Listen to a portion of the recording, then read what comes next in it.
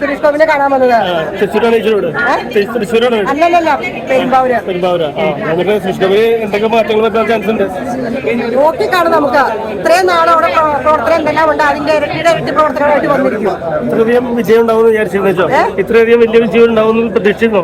തീർച്ചയായിട്ടും തീർച്ചയായിട്ടും 100-110% ഞാൻ ഉറപ്പുണ്ടായിരുന്നു. സുരേഷ് ഗോപി തീർച്ചയായിട്ടും വികസനങ്ങൾ ഒരുപാട് നടക്കും തീർച്ചയായിട്ടും.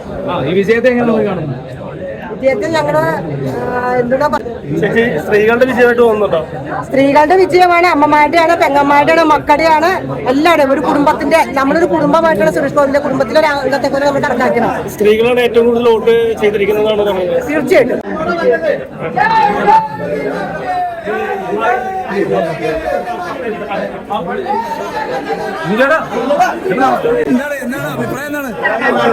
എങ്ങനെയുണ്ട്?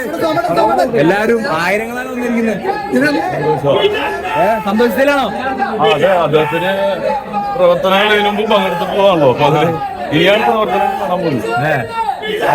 എന്താണ് പറയാനുള്ളത് ജനങ്ങളോട്? സന്തോഷം.